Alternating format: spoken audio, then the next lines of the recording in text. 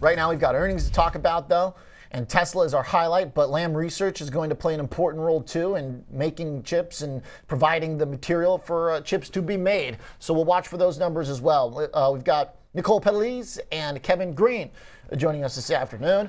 Las Vegas Sands we'll be watching for, too. It's kind of a fun wild card name, but of course the highlight here being Tesla, Nicole, and when folks like Ross Gerber, longtime cheerleaders, have kind of soured on it, does give some perspective for a stock in the Mag 7 that is still in a long-term downtrend.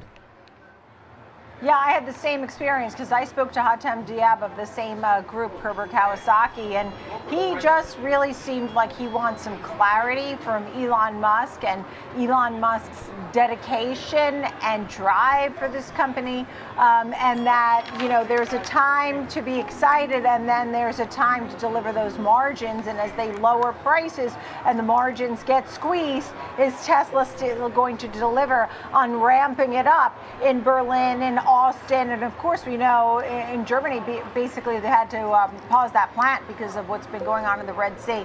So just some questions, and it's left the shareholders recently to the downside to the tune of about $207 from about $300. So they want some answers today too.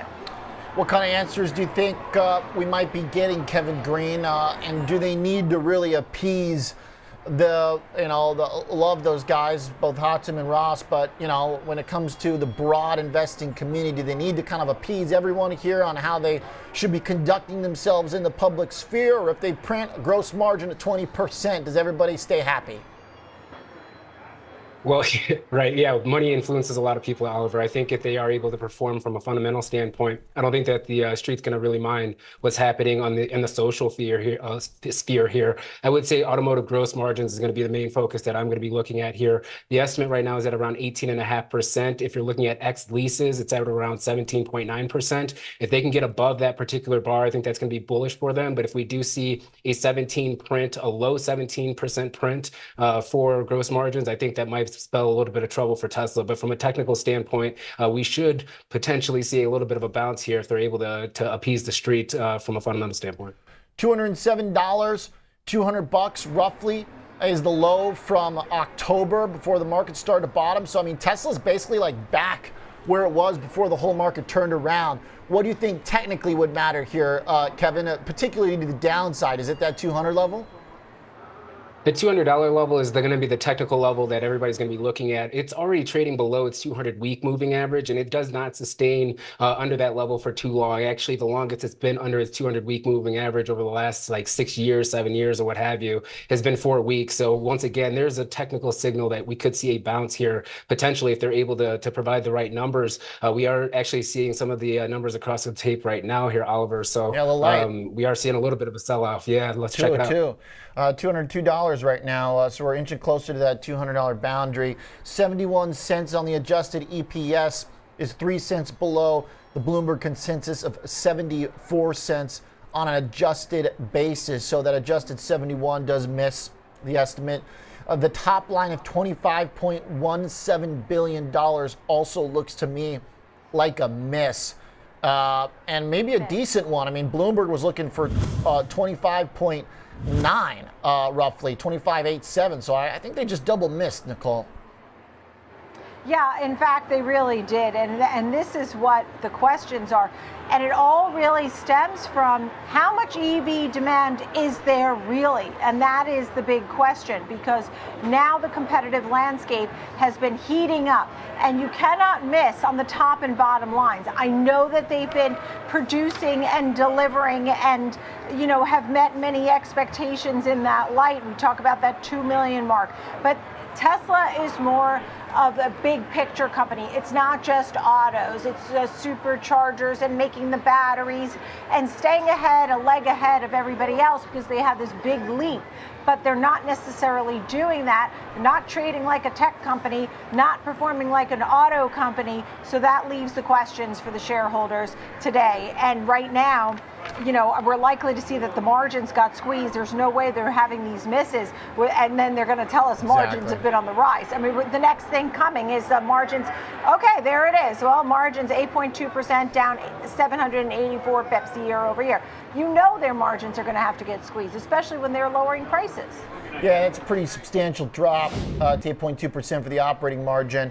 I'm not sure where the analyst estimate was for that in particular. I know the gross margin was looking for 18.1, so that should be significantly higher. We'll see where that comes in, but these are definitely going to be connected. They're also citing Cybertruck production ramp costs. I mean, that's one thing. The other thing are the vehicle costs, and if it's starting to look like they've got to keep slashing prices to hit the volumes that they need, Kevin, then that's kind of the debate right now, which is, are EVs being adopted at a slower rate than what people expected? Well, the growth rate was already a little bit of a high bar here. So I think there's going to be a couple of things to really kind of focus on. They did have some commentary saying their cost of goods sold actually did go down on a quarter-over-quarter basis. That's good because that actually preserves margin. It actually could have gotten a little worse if they actually stayed stagnant on a quarter-over-quarter basis, which is a good thing to see. I think overall, they actually have a pretty decent opportunity here in the near term, Oliver, when they get on the conference call, because if they are still having some issues when it comes to obtaining supplies, especially when you're talking about the Berlin factory, it could allow them to reduce the obviously production, but also potentially actually increase the average selling price to offset that. And I think that's what we are seeing right now. I mean, they call it out plain as day. The average selling price is what's hitting the margins. That's not a surprise. That's just basic economics. I do not know where the automotive margins are right now. I'm still looking for that particular number. I think that's kind of probably another reason why we are seeing a move to the downside, but they might be able to utilize the supply chain disruption as a little bit of an out here for the first quarter if they're able to finesse it right on the conference call. Okay. Yeah, I mean, it's a pretty substantial decline when their operating margins were double digits a year ago. Their gross margin, which is what I wanted to get at, was 18.2%, which is going to be roughly in line with the estimate around 18. So that's their total GAAP gross margin, which still declined from the year prior, which was in the 20s.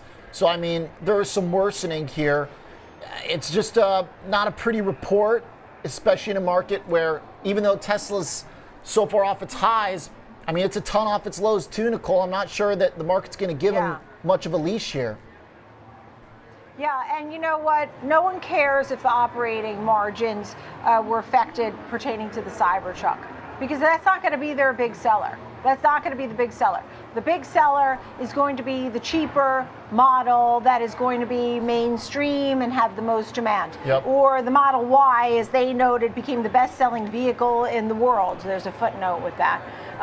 But the point is, the Cybertruck is sort of like this exciting thing, but I don't think that's going to drive. They did say energy storage deployments, that grew more than double compared to the previous year, so that's a good thing for them. I mean, they are saying their next generation platform, they're moving with that to start this production at the Gigafactory in Texas, and revolutionize how things are made. But overall, as you comb through this, I don't know. I don't know what's to be excited. Is there anything to be excited about in here? I mean, other than they doubled some of the charging things.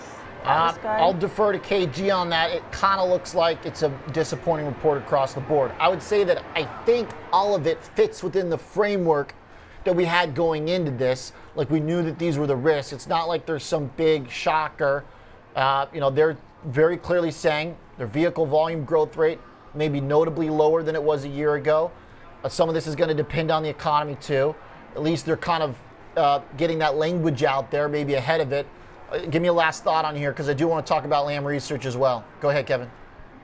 Yeah, I think once again, we saw the initial move when it came to the numbers here. It's to the downside, but we're not over yet, right? We have to go through the conference call. We have seen turnaround stories before for Tesla, so just kind of keep that in mind. I think their guidance moving forward when it comes to fiscal year 2024 deliveries is going to be a very key area to focus on. If they actually do overshoot the street's expectations, I think that would be obviously a tailwind. The street's looking at 2.1 million cars to be delivered, produced for next year. year. If they're able to do that, I think that's going to be a tailwind for them. And also, if they talk about their energy business and the charging stations, if that's another avenue for revenue here in the near term, I think that's also going to be a positive. And then last but not least, locking in lithium costs for the next couple of years. If they're able to get it at these cheap prices, that's also going to be a tailwind. So bad numbers to say the least, but they could actually have some green shoots here in the conference call. Yeah. All right.